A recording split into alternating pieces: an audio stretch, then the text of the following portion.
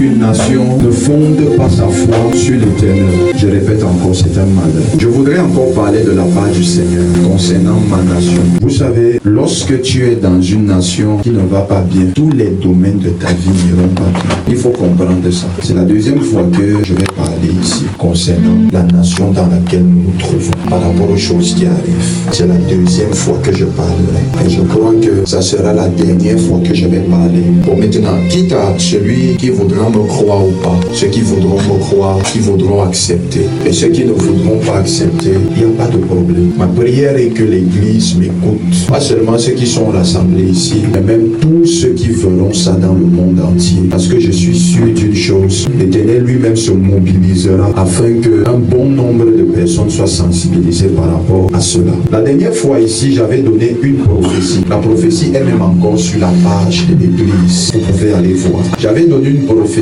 dans laquelle je disais exactement les choses que le Seigneur m'a montrées dans le secret des prophètes. Et j'ai eu à dire dans cette prophétie que j'ai vu des hommes en tenue postés de partout et des personnes en importance de pouvoir sortir de leur maison pour vaquer à leurs occupations normalement, pour faire leurs achats, etc., etc. Je vois des hommes en tenue. Je vous dis la vérité, mon esprit voyage. Mon esprit voyage et presque en fin d'année, je vois les hommes en tenue parqués de partout avec les armes et les gens ne pouvant pas sortir de leur maison parce qu'il y aura, en fait, selon la programmation luciférienne, il doit avoir comme une espèce de soulèvement pour plonger le Cameroun dans un bain de sang. Et dans cette prophétie, j'ai eu à expliquer que tout ceci viendra pendant la période, en fait, on veut profiter pendant la période électorale pour infiltrer le trouble. Et puisque les accords coloniaux ont été rompus, tous ceux qui avaient main mise sur notre nation sont fâchés contre ça. Pendant que nous étions en train de chanter, j'ai vu des conspirations depuis l'Occident. Toutes ces puissances avec lesquelles le Cameroun a rompu leur accord, leur association. Ils n'ont pas digéré ça. Et ils veulent profiter pendant la période électorale. Dans tous les cas, le diable a incité quelques-unes de ces nations. Et ils suivent de très près tout ce qui se passe dans la nation. Et ils seront encore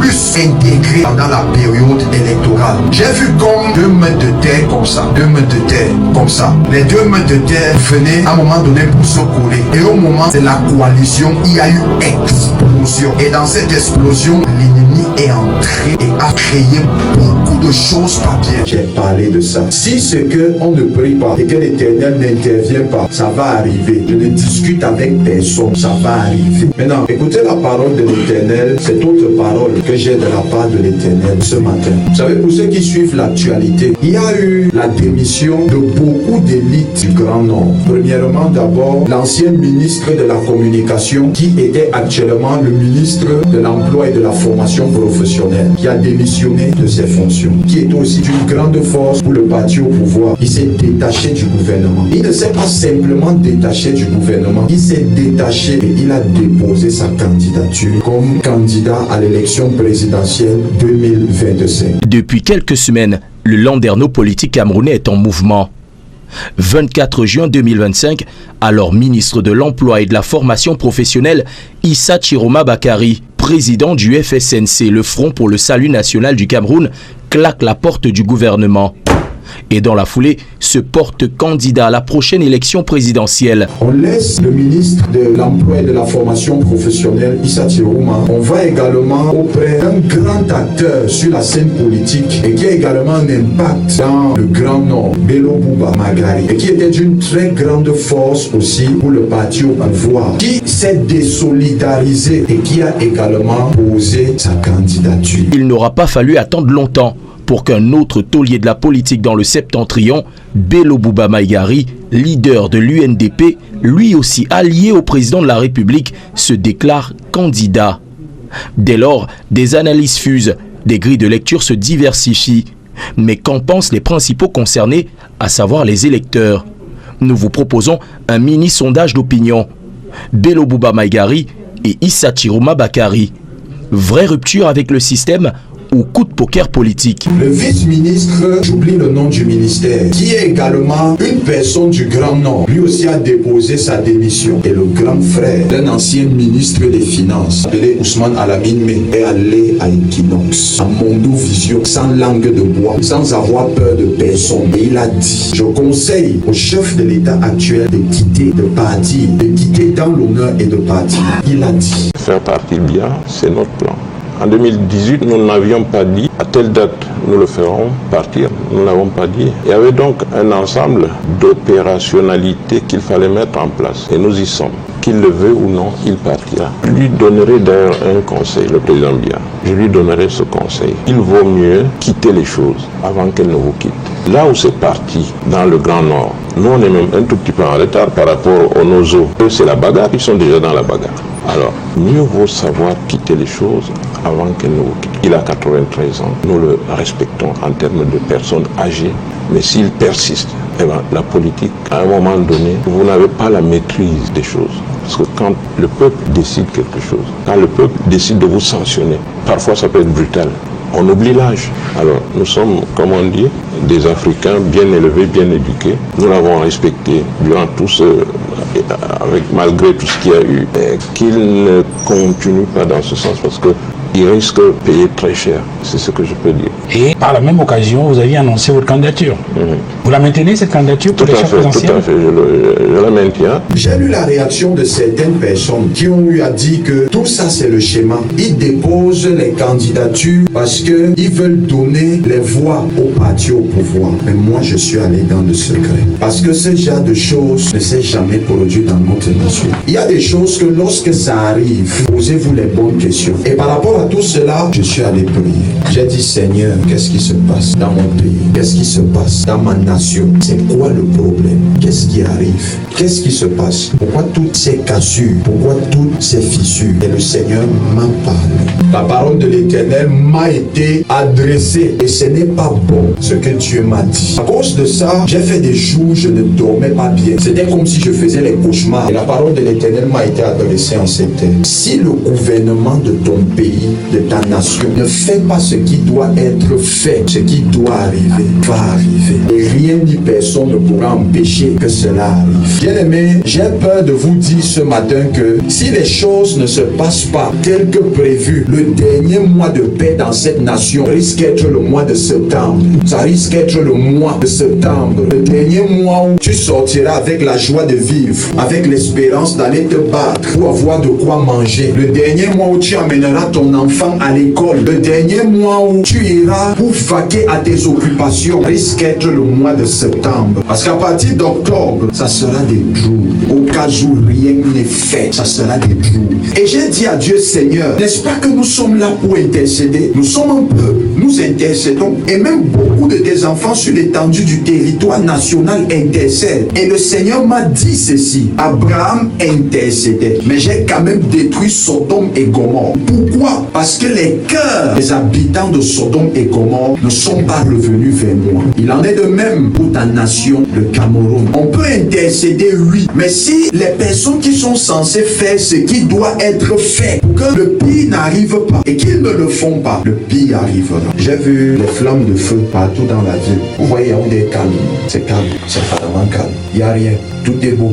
Mais écoutez, j'ai vu des flammes de feu, des roues avec le feu, nos maisons ministérielles en feu, des corps un peu de partout. Et le pire dans tout ceci, c'est qu'il y a toujours des innocents qui périssent. Parce qu'il y a des personnes qui ont fait du Cameroun leur propriété. C'est-à-dire que pour eux, quand ils sont assis, c'est bon, ça passe. Le reste, on s'en fout. On n'a pas le temps. Et le Seigneur m'a dit ceci. Dis au gouvernement de ton pays, et je parle au gouvernement de ma nation. Prenez une délégation et allez rencontrer les élites du Grand Nord. Écoutez ce qu'ils ont à vous dire. Si vous ne les écoutez pas, ce petit mouvement que vous voyez, il est apparemment petit, mais c'est une grande puissance qui sera inarrêtable. On ne les arrêtera pas. Boko Haram n'est rien. Le nord-ouest et le sud-ouest n'est rien. Écoutez la parole de l'Éternel. Ne pensez plus à vous, mais pensez à ces milliers de Camerounais qui se battent tous les jours pour survivre. Allez rencontrer les élites du Grand Nord. Cherchez à les rencontrer. Écoutez ce qu'ils ont à vous dire. Je parle au gouvernement de mon pays. Allez les rencontrer et écouter ce qu'ils ont à vous dire. Ce n'est pas du jeu. Ce n'est pas du jeu. J'ai vu les écoles fermées. J'ai vu les églises fermées. J'ai vu les marchés fermés. J'ai vu tout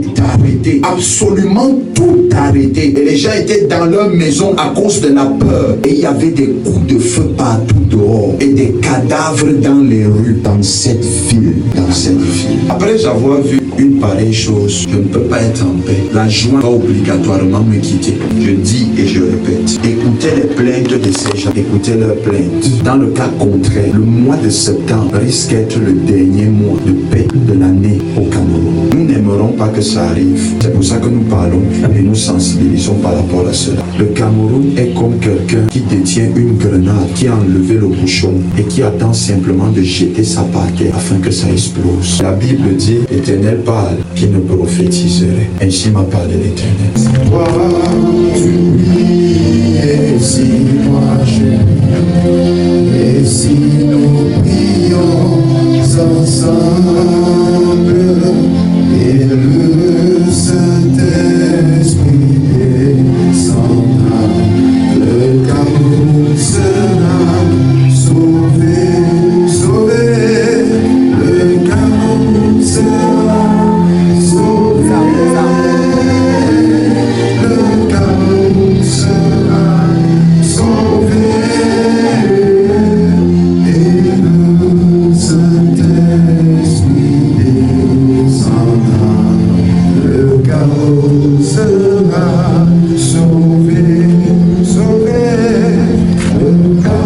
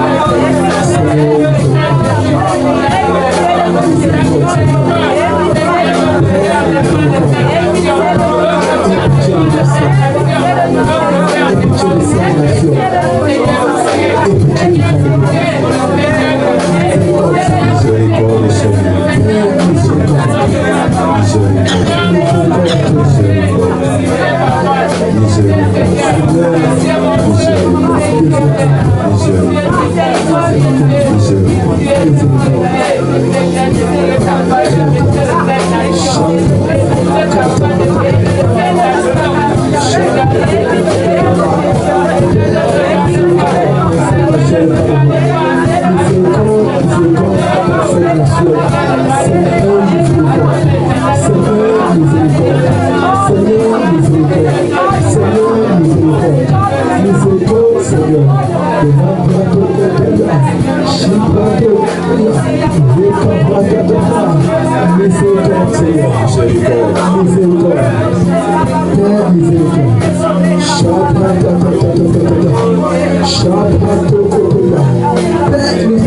Ta miséricorde, Seigneur. Ta miséricorde, ta miséricorde, ta miséricorde, ta miséricorde, ta miséricorde.